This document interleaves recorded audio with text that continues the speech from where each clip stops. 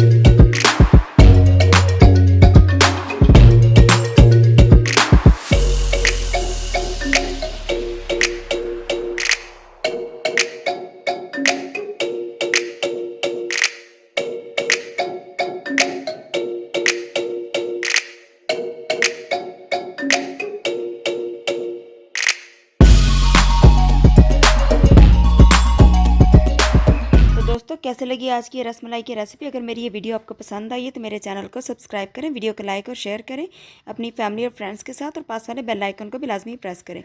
अगली वीडियो तक के लिए आपसे इजाज़त चाहूँगी। मिलते हैं किसी और नई अच्छी रेसिपी के साथ। दुआ में बहुत याद रखिएगा।